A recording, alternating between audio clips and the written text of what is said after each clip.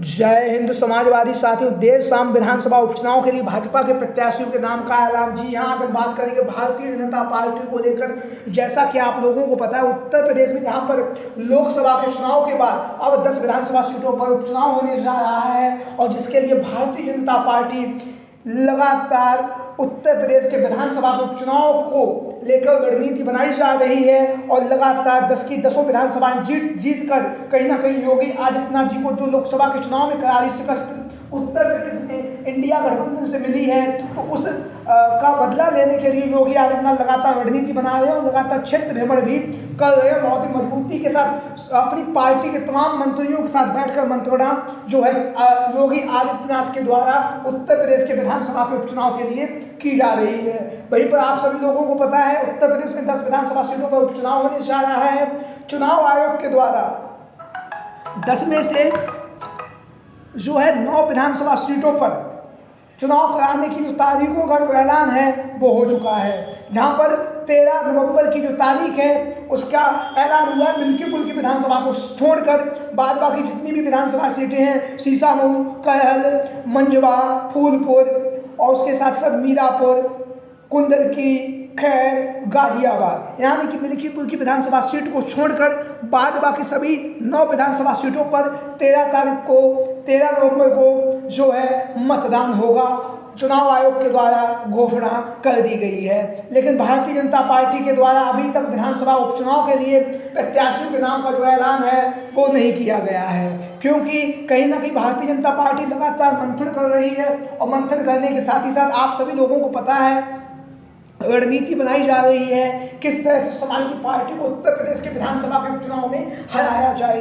वहीं पर सपा मुखिया अखिलेश यादव जी के द्वारा उत्तर प्रदेश के विधानसभा के उपचुनाव की जो रणनीति है वो बना दी गई है और वहीं पर अखिलेश यादव जी के द्वारा, जैसा कि आप लोगों को पता है, 10 विधानसभा सीटों पर उपचुनाव होने जा रहा है, 9 विधानसभा सीटों पर उपचुनाव होने जा रहा है अभी वर्तमान समय में। उसमें से अखिलेश यादव ने 2 सीटें कांग्रेस पार्टी को दे दी हैं, अलीगढ़ की, खैर की और गाजियाबाद की। बाद बाकी 7 सीटों पर अखिलेश यादव जी अपने प्रत्याशियों को चुनावी मैदान में उतारने जा रहे हैं। वहीं पर मिल्कीपुर की जो विधानसभा सीट है उसको अगर हम छोड़ देते हैं तब, तो वैसे ही अखिलेश यादव जहां पर लगातार लोकसभा के चुनाव के बाद एक नए जोश और उत्साह के साथ लगातार लवरेज है और लगातार समाजवादी पार्टी को राष्ट्रीय पार्टी बनाने के लिए भी लगातार अखिलेश यादव की प्रयासरत हैं और वहीं पर महाराष्ट्र के दौरे पर अखिलेश यादव जी पहुंच चुके हैं। जैसा कि आप लोगों को पता है, महाराष्ट्र में विधानसभा का जो उपचुनाव है, महाराष्ट्र में विधानसभा का जो चुनाव है उसका बिगुल बढ़ चुका है और अखिलेश यादव जी महाराष्ट्र के विधानसभा के चुनाव में इंडिया गठबंधन के साथ चुनावी मैदान में उतरने जा रहे हैं। वहीं पर भारतीय जनता पार्टी में, जैसा कि आप लोगों को मैंने पूर्व में बताया है, सीटों को बंटवारा नहीं हो पाया, प्रत्याशियों का ऐलान नहीं हो पाया, तो उसमें कहीं ना कहीं भारतीय जनता पार्टी के जो सहयोगी दल हैं वो उसमें रोड़ा लगे हुए हैं। उनमें से आप सभी लोगों को पता, संजय निषाद का नाम सर्वोपर है। संजय निषाद की पार्टी 2022 में जिस सीट पर, मंझवा की सीट पर जो चुनाव होने जा रहा है, वहाँ पर संजय निषाद की जो पार्टी थी उसका, उनके जो प्रत्याशी थे वो जीते थे। लेकिन अब भारतीय जनता पार्टी के द्वारा, योगी आदित्यनाथ जी के द्वारा जो है फैसला किया गया कि उत्तर प्रदेश की जो 10 विधानसभा सीटों पर जहाँ उपचुनाव होने जा रहा है उसमें से 9 विधानसभा सीटों पर जो है भारतीय जनता पार्टी चुनावी मैदान में उतरने जा रही है और वहीं पर एक जो सीट है, जो आप लोगों को पता है, पश्चिमी उत्तर प्रदेश की जो सीट है, मीरापुर की जो विधानसभा सीट है, यहाँ से भारतीय जनता पार्टी ने अपनी सहयोगी दल आरएलडी यानी कि राष्ट्रीय लोक दल, जिसके राष्ट्रीय अध्यक्ष जयंत चौधरी जी हैं, तो जयंत चौधरी के पाले में सीट दे दी है। जहाँ पर जयंत चौधरी के पाले में मीरापुर की विधानसभा सीट दी गई है, वहीं पर जयंत चौधरी पश्चिमी उत्तर प्रदेश की जो राजनीति है उसमें कहीं ना कहीं मीरापुर की विधानसभा सीट पर जो स्थिति है जयंत चौधरी की अच्छी मानी जा रही है। 2022 की विधानसभा के चुनाव में यहाँ से जयंत चौधरी की पार्टी के जो प्रत्याशी थे चंदन चौहान ने रिकॉर्ड मतों से जीत भी हासिल की थी। वहीं पर 2024 के लोकसभा के चुनाव में जयंत चौधरी ने चंदन चौहान को बिजनौर से लोकसभा का टिकट दिया और चंदन चौहान जीत कर जो है बिजनौर के सांसद बन गए। जब चंदन चौहान बिजनौर के सांसद बन गए हैं उसके बाद उन्होंने मीरापुर की जो विधानसभा सीट है यहाँ से इस्तीफा दे दिया है और उनके इस्तीफे से मीरापुर की जो विधानसभा सीट है यहाँ पर उपचुनाव होना तय हुआ है।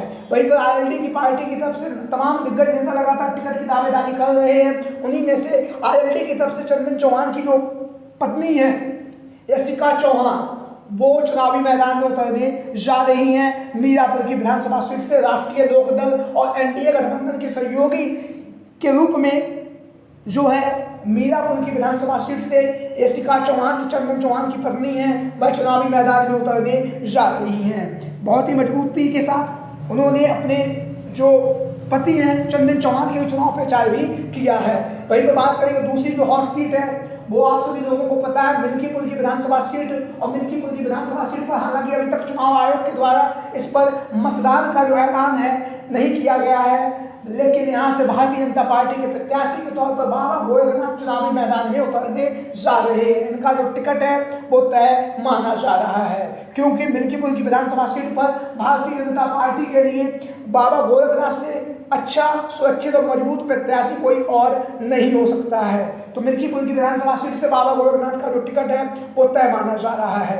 वहीं पर बात करेंगे फूलपुर की विधानसभा सीट से, तो फूलपुर की विधानसभा सीट से जैसा कि आप लोगों को पता है भारतीय जनता पार्टी ने 2022 में यहाँ पर जीत हासिल की थी। प्रवीण पटेल विधायक बने थे, लेकिन अब प्रवीण पटेल सांसद बन चुके हैं। उनके इस्तीफे के बाद यह सीट खाली हुई है और यहाँ से जो भारतीय जनता पार्टी के प्रत्याशी के तौर पर अगर बात करें तो यहाँ से दीपक पटेल का जो टिकट है वो तय माना जा रहा है फूलपुर की विधानसभा सीट से। वहीं पर बात करेंगे कटहरी की विधानसभा सीट को लेकर, तो कटहरी की विधानसभा सीट से भारतीय जनता पार्टी के कद्दावर नेता अवधेश द्विवेदी का टिकट जो है वो तय माना जा रहा है, क्योंकि अवधेश द्विवेदी लगातार यहाँ से चुनावी मैदान में उतरते भी रहे हैं और कहीं ना कहीं अवधेश द्विवेदी भारतीय जनता पार्टी के कद्दावर नेताओं में भी गिने जाते हैं। तो अवधेश द्विवेदी का नाम है कटहरी की विधानसभा सीट से भारतीय जनता पार्टी के प्रत्याशी के रूप में तय माना जा रहा है। वहीं पर बात करेंगे अगली जो विधानसभा सीट है, सबसे ज़्यादा बड़ी हॉट सीट जो है वो है करेल की विधानसभा सीट। और करेल की विधानसभा सीट से भारतीय जनता पार्टी के प्रत्याशी के तौर पर अनुजेश प्रताप सिंह यादव, जैसा कि आप लोग इन तस्वीरों में देख रहे हैं, भारतीय जनता पार्टी के कद्दावर नेता हैं और इनकी जो दावेदारी है वो तय मानी जा रही है और कटहल की विधानसभा सीट से इनको टिकट मिलना भी तय है। वहीं पर बात करेंगे जो अगली जो विधानसभा सीट है वो है मिर्जापुर की मंझवा की विधानसभा सीट। और मंझवा की विधानसभा सीट से सुष्मिता मौर्य को भारतीय जनता पार्टी चुनावी मैदान में उतारने जा रही है। जिस तरह की जो खबरें हैं वो लगातार चर्चाओं में बनी हुई हैं। तो ये वो 6 विधानसभा सीटों के प्रत्याशियों को लेकर हमने आप लोगों को बताया है, जिस तरह से जो रणनीति बनाई जा रही है और जिस तरह से जो प्रदर्शन जो है प्रत्याशी कर रहे हैं, उस हिसाब से ये वो 6 संभावित दावेदार हैं लगातार टिकट की दावेदारी भारतीय जनता पार्टी की ओर से कर रहे हैं। वहीं पर सपा मुखिया अखिलेश यादव के द्वारा इन सभी 6 विधानसभा सीटों पर विधानसभा उपचुनाव के लिए सपा प्रत्याशियों के नाम का ऐलान कर दिया गया है। आप लोगों की क्या राय है भारतीय जनता पार्टी के संभावित दावेदारों को लेकर? सभी साथी कमेंट बॉक्स में अपनी राय जरूर दें। आज की वीडियो में इतना ही। जय हिंद, जय भारत।